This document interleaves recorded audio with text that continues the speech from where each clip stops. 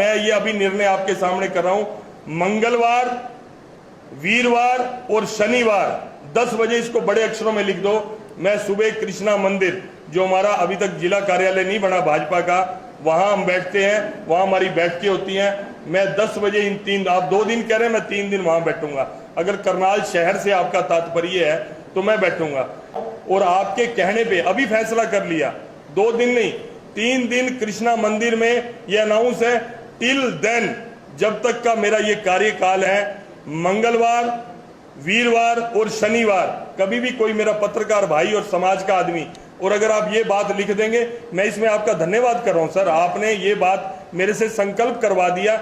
ये मैं सारे मीडिया के सामने सबके कह रहा हूं, ये मेरा संकल्प हो गया कि आपका धन्यवाद कि आपने मेरी अगर कोई कमी रही है करनाल शहर में ना रहने की, वो आपने दूर कर दी। आपका थैंक्स सर। और 10 बजे कृष्णा मंदिर में प्रत्येक मंगलवार, प्रत्येक वीरवार और प्रत्येक शनिवार 10 बजे पूरे, जब तक लोग रहेंगे पब्लिक डीलिंग में रहूंगा, मीडिया के लोग आए, पत्रकार आए, सब कोई मर्जी आए रहेंगे। उसके बाद फिर फील्ड में रहूंगा, गांव में जाऊंगा, चौपाल में जाऊंगा, किसी विधायक भाई को लूंगा, किसी पार्षद भाई को लूंगा, किसी सरपंच को लूंगा। लगातार जिस दिन मेरा ये कार्यकाल का आखिरी दिन होगा, तब तक के लिए संकल्प है परमानेंट। क्या हुआ तेरा वादा, ये गाने के बोल आज बिल्कुल सेट बैठ रहे हैं करनाल लोकसभा सीट से सांसद संजय भाटिया जी पर, क्योंकि 9 महीने पहले उन्होंने करनाल की जनता से यह वादा किया था कि वह हर हफ्ते 3 बार करनाल में जनता दरबार लगाकर करनाल के लोगों की समस्याएं सुनेंगे। लेकिन वह दिन कहां चले गए, ये अब आपके सामने है। और आज जब वे करनाल में एक बीजेपी पार्टी की प्रेस कॉन्फ्रेंस में पहुंचे तो करनाल ब्रेकिंग न्यूज ने दोबारा से उनको उनका वादा याद दिलाया, लेकिन उनके पास कोई सही जवाब नहीं था। तो अब देखना ही होगा कि क्या दोबारा से उस वादे को सांसद संजय भाटिया पूरा कर पाते हैं, क्योंकि उन्होंने छाती ठोक कर कहा था कि वह संकल्प लेते हैं कि हफ्ते में 3 बार 10 बजे कृष्णा मंदिर में वे खुला दरबार लगाएंगे। लेकिन उसके बाद वे नजर नहीं आए, क्योंकि उनके पास, उनके कंधों पर बीजेपी पार्टी की काफी जिम्मेवारी है। प्रदेश संगठन पर वे बड़े नेता है। जब भी कहीं उपचुनाव होता है या मेयर चुनाव होता है या जम्मू कश्मीर तक में चुनाव होते हैं तो पार्टी उनकी ड्यूटीज लगाती है। लेकिन उनको ये याद रखना चाहिए कि करनाल लोकसभा में 9 विधानसभाएं आती है, करनाल और पानीपत की, करनाल की 5 और 4 पानीपत की, जिन्होंने 6.5 लाख वोटों से उनको जिताया था। तो उम्मीद करते हैं कि वह वादा कहीं ना कहीं करनाल लोकसभा सीट से सांसद जो है, जिन्होंने वो वादा किया था, उसको जो है वह पूरा करेंगे। हालांकि उनसे कोई ठोस जवाब आज नहीं मिला हमें, लेकिन हमारी आप सभी से अपील रहेगी कि जो भी लोग इस वीडियो को देखें, इस वीडियो को ज्यादा से ज्यादा जरूर शेयर कीजिएगा। दूसरा, करनाल ब्रेकिंग न्यूज ने उन गरीब लोगों की आवाज उठाई जिनकी अवैध कॉलोनियां बताकर उनके मकान, उनके दुकान, उनके गोदाम तोड़ दिए जाते हैं, लेकिन उस पर भी सांसद साहब कोई ढंग से जवाब नहीं दे पाए कि ऐसे अधिकारियों के खिलाफ या ऐसे लोगों के खिलाफ, ऐसे कॉलोनाइजर्स के खिलाफ या ऐसे तहसीलदार के खिलाफ जो रजिस्ट्रियां करते हैं, उनके खिलाफ कोई एक्शन होगा। लेकिन ऐसा जवाब भी उनके पास कोई नहीं था। तो ये वीडियो देखिए और ज्यादा से ज्यादा इस वीडियो को जरूर शेयर कीजिए। कमल मिड्डा, करनाल ब्रेकिंग न्यूज, करनाल। आखिरी सवाल, आपने 8-9 महीने पहले करनाल की जनता से वादा किया था, आपको वादा याद होगा, कि आप एक हफ्ते में 3 बार खुला दरबार लगाएंगे। लेकिन आपके कंधे पर काफी जिम्मेवारियां हैं। बड़ौदा उपचुनाव में आपकी ड्यूटी लगी, तीनों मेयर चुनाव में आपकी ड्यूटी लगी, जम्मू कश्मीर में आपकी ड्यूटी लगी, क्योंकि आप पे जिम्मेवारियां प्रदेश संगठन की काफी हैं। तो ना ही आपका कार्यालय करनाल में खुल पाया, 9 विधानसभाओं से वंचित रह गए आप। तो उस पर क्या लगता है कि कब तक आपके खुले दरबार लगेंगे? मेरी सुनिए, पहली बार मैं हर प्रेस के अंदर, एक तो ये दरबार शब्द मेरे नाम के साथ मत जोड़ो। ना मैंने दरबार लगाया, ना मैं दरबार लगाऊंगा। दरबार किस बात में, कोई राजे महाराजे हैं जो दरबार लगाए? जन समस्या, जन संवाद है। जैसे मैं आपसे मिल रहा हूँ, जन संवाद है। लेकिन आपकी बात बिल्कुल सही है। उस समय जब जन संवाद के कार्यक्रम चल रहे थे, यही सोशल मीडिया में कोरोना के कारण मेरी आलोचना भी काफी हुई, मेरी नाराजगी भी हुई, मेरे को शिकायत भी हुई कि संजय जी कोई ध्यान नहीं रखते। इतनी ज्यादा लोग उसके अंदर आते थे, आप खुद भी देखते हैं। हाँ, मैं वही कोरोना काल के अंदर अभी। और दूसरा, एक बात आपकी बिल्कुल सही है, संगठन का एक संस्कारी कार्यकर्ता होने के नाते जिस संगठन ने आज यहाँ तक पहुँचाया, थोड़ा सा दायित्व उस संगठन के लिए बनता है। अगर संगठन कहीं जरूरत महसूस करता है तो उसमें जाता हूँ, लेकिन ऐसा नहीं है 24 आवर्स। मैं कोई ऐसा सांसद नहीं हूँ कि मेरे को दिल्ली से आना किसी का, मैं इसी संसदीय क्षेत्र में मेरा घर भी है, जो 24 घंटे मेरा ऑफिस है, और 24 आवर ऑफिस मेरा एक और भी है। और मेरे जो ये साथी बैठे हैं यहाँ पर, इंद्री से प्रतिनिधि कश्यप जी बैठे हैं यहाँ पर, स्वयं मुख्यमंत्री जी, हमारे जिला अध्यक्ष हैं, ये हमारी बहन रेणु बाला जी बैठी है, ये सब एक रूप ही तो है हम सब जगह। सर लेकिन फिर भी आप जनप्रतिनिधि हैं, अगर आप पहुंचकर निरीक्षण करेंगे, सरकारी हॉस्पिटलों में जाएंगे तो सुविधाएं बेहतर होंगी। मैं बिल्कुल, मैं उस बात को, जैसे अभी ये सेशन खत्म होता है तो उसमें करते हैं, क्योंकि आप 1.5 महीना पहले SYL के धरने पर आए थे, उसके बाद आ जाना हुआ है, लेकिन पब्लिक से मुलाकात कम हो पाती है। आप कार्यकर्ताओं के बीच में रहते हैं, लेकिन लोगों की नाराजगी है जो हम आप तक पहुंचा रहे हैं। नहीं, बिल्कुल जायज, आपकी बात बिल्कुल जायज है, ये नाराजगी नहीं है, ये लोगों का प्यार है, उनकी एक सेटिस्फेक्शन होती है कि संजय जी से मिल लिया, संजय जी को बात करेंगे। प्यार में सर 5 साल पूरे हो जाएंगे, कोई बात नहीं, 5 साल नहीं पूरे होने देते, पूरे नहीं होने देते 5 साल, लेकिन अगर आप ऐसी दुआ ना दो कि 5 साल पूरे हो जाए, आप ऐसी दुआ ना दो, 5 साल पूरे, सरकार के 5 साल पूरे। अच्छा कोई बात नहीं, जितना ऐसा है भाई साहब, मेरा कोई ऐसा दिन नहीं है जो मेरे जो ऑफिशियल अकाउंट है उसके ऊपर ना हो। जिस दिन से मैं सांसद बना हूं उस दिन से लेकर हर दिन की अगर आप देखेंगे, अगर डेट डालेंगे तो डेट पे आपको पता लगे उस डेट पे मैं अपने लोकसभा क्षेत्र की किस एक्टिविटी में था।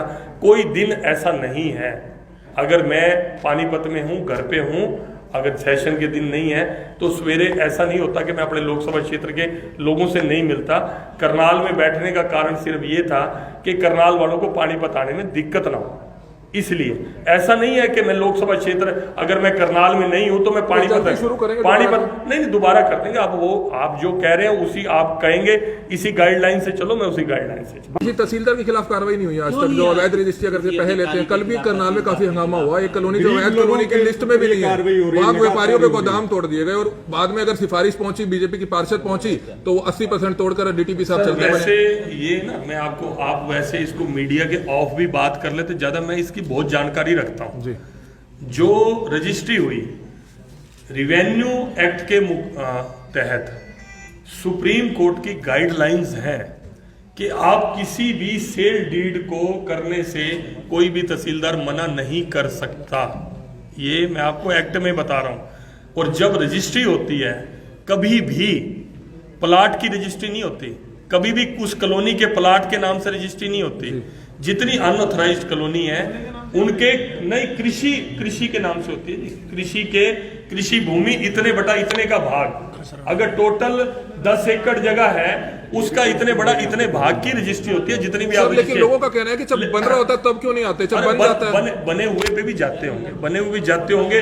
आप एक बात बताइए लोगों को, आपको क्या लगता है, मैं भी हूं कि अगर मैं अनऑथराइज कॉलोनी में प्लाट ले रहा हूं या ऑथराइज में ले रहा हूं, क्या आपको लगता है प्लाट लेने वाले को जानकारी नहीं है? अवैध कॉलोनी एक राइस चैलेंज में अगर 150 रजिस्ट्री अगर कोई नई कॉलोनी कटी हुई को भी आप चाहते हो कि वो अनप्लैन्ड डेवलप होनी चाहिए, आपका कहना ये है क्या?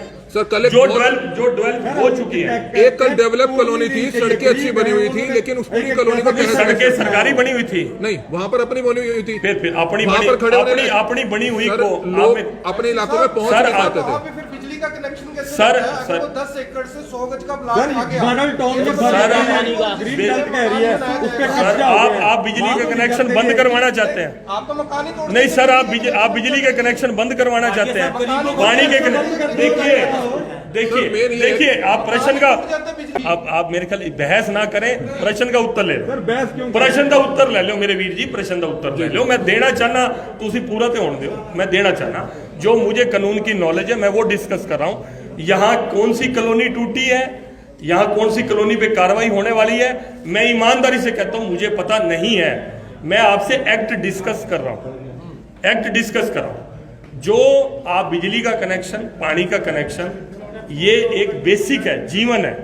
वो मकान उसका ठीक बना गलत बना उसको नहीं रोकना चाहिए, उसकी रजिस्ट्री ठीक हुई गलत हुई उसको नहीं रोकना चाहिए। लेकिन न्यूली डेवलप्ड कॉलोनी रोज ही आप अनप्लैन्ड करने से, अब मेरी सुनो, अनप्लैन्ड कॉलोनी है, कॉलोनाइजर ने अपने फायदे के लिए 10 फुट की गली छोड़ दी, और 10 फुट की गली के अंदर, भाई साहब 2 मिनट, 10 फुट की गली के अंदर आपने मकान बना लिया। In case of accident, in case of fire, क्या फायर ब्रिगेड की गाड़ी उस गली के अंदर घुस पाएगी? आप 10 फुट की गली छोड़ते हैं, 6-6 फुट के रैंप बना लेते हैं, आदमी का निकलने का रास्ता। अब सुनो, अगर मोर देन 50% कंस्ट्रक्शन होगी और सरकार ने कहा कि अब लोग बस चुके हैं, अब सारे सबको तोड़ें क्या, उजाड़ दें क्या। जब एक लोगों की मांग आई कि एक नई डेवलप ना होने दो आप, तब आप लोग ही इस प्रेस कॉन्फ्रेंस में सवाल करते हो कि नई डेवलप मत होने दो, जो पुरानी है अब इनको रेगुलराइज कर दो। वो पुरानी रेगुलराइज हो गई क्या, वो गलत हुई क्या?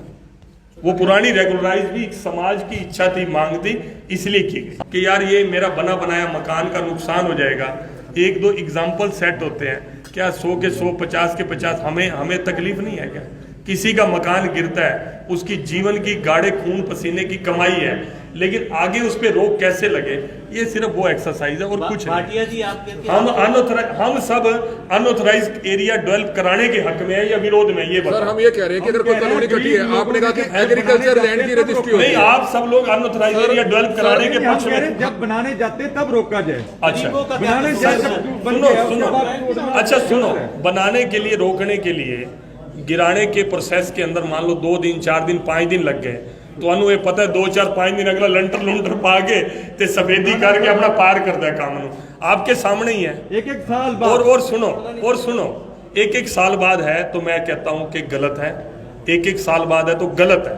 एज ए ले मैन बोल रहा हूं मैं, आज सांसद के नाते, अगर 1 साल पहले जो कंस्ट्रक्शन हो चुकी है और आज उसको कोई गिराने जाता है तो मैं उसको गलत, उसे सुनो, अगर कोई है तो केस ऐसा मुझे दे दो, मैं उसका पक्ष रख दूं। उसका दूसरा तरीका वीर जी, उनका दूसरा तरीका मैं दस देना, अगर 1 साल पहले कंस्ट्रक्शन हो चुकी है तो उसको बकायदा नोटिस होता है, और नोटिस वो चलान टू कोर्ट होता है। कोर्ट के अंदर सेक्शन 235 था पहले हमारे टाइम में म्युनिसिपल एक्ट में, आज कोई टाउन प्लानिंग में 1963 Punjab roads and schedule act है, उसके तहत जो भी एक्शन बनता है वो कोर्ट के ऊपर छोड़ देना चाहिए। साल 2 साल पहले बिल्डिंग बन चुकी है और आज उसको आप अधिकारी करते हैं अपनी मनमानी। अगर कल कोर्ट के थ्रू अगर कोई ऐसा केस है जिसमें कल वाला मैं खुद वहां पर जिसमें अधिकारी कार्रवाई कराएंगे तो सर, जिसमें अधिकारी ने पिक एंड चूज किया है, मनमानी की है, कल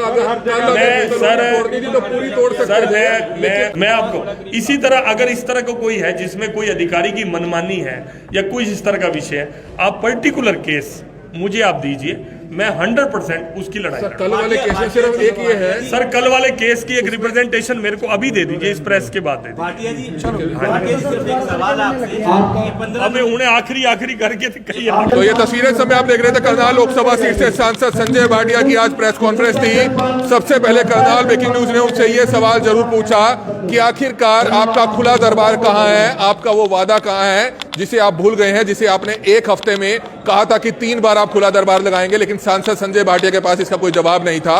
अवैध कॉलोनियों को किस तरह से तोड़ा जाता है, जब गरीब आदमी वहां पर मकान बना लेता है, रजिस्ट्रियां करा लेता है, उस पर भी उन पर कहीं ना कहीं जो ठोस जवाब था वो उस तरह का जवाब उनके पास वो भी नहीं मिला। लेकिन सबसे बड़ी बात है कि कॉलोनियां तोड़ दी जाती हैं, रजिस्ट्रियां करा दी जाती हैं, लेकिन उन मकानों को तोड़ दिया जाता है, इसका भी कोई जवाब नहीं था। अब देखना ही होगा कि सांसद संजय भाटिया जी किन जवाबों के साथ दोबारा से हमारे बीच में लौटते हैं, क्योंकि महीने 2 महीने में करनाल उनका आना होता है। जनता दरबार की जो बात कही उन्होंने, जनसंवाद कहा कि वह दोबारा से लगाएंगे, लेकिन 9 महीने में दोबारा से नहीं लगाया, क्योंकि उनके कंधों पर काफी अहम जिम्मेवारियां हैं। वो संगठन में बड़े लीडर हैं, उनके ऊपर कोई भी उपचुनाव आता है, मेयर चुनाव आता है, जम्मू कश्मीर में चुनाव आते हैं तो उनको वहां पर भेजा जाता है। लेकिन करनाल लोकसभा सीट से वह सांसद चुने गए हैं, 9 विधानसभाओं के वह जनप्रतिनिधि हैं, शायद वह इस चीज को भूल जाते हैं। लेकिन करनाल ब्रेकिंग न्यूज लगातार उनको याद जरूर दिलाता है, और हमारी आप सभी से अपील रहेगी कि जितने भी लोग इस वीडियो को देखें, इस वीडियो को ज्यादा से ज्यादा जरूर शेयर कीजिएगा। कमल मिड्डा, करनाल ब्रेकिंग न्यूज, करनाल।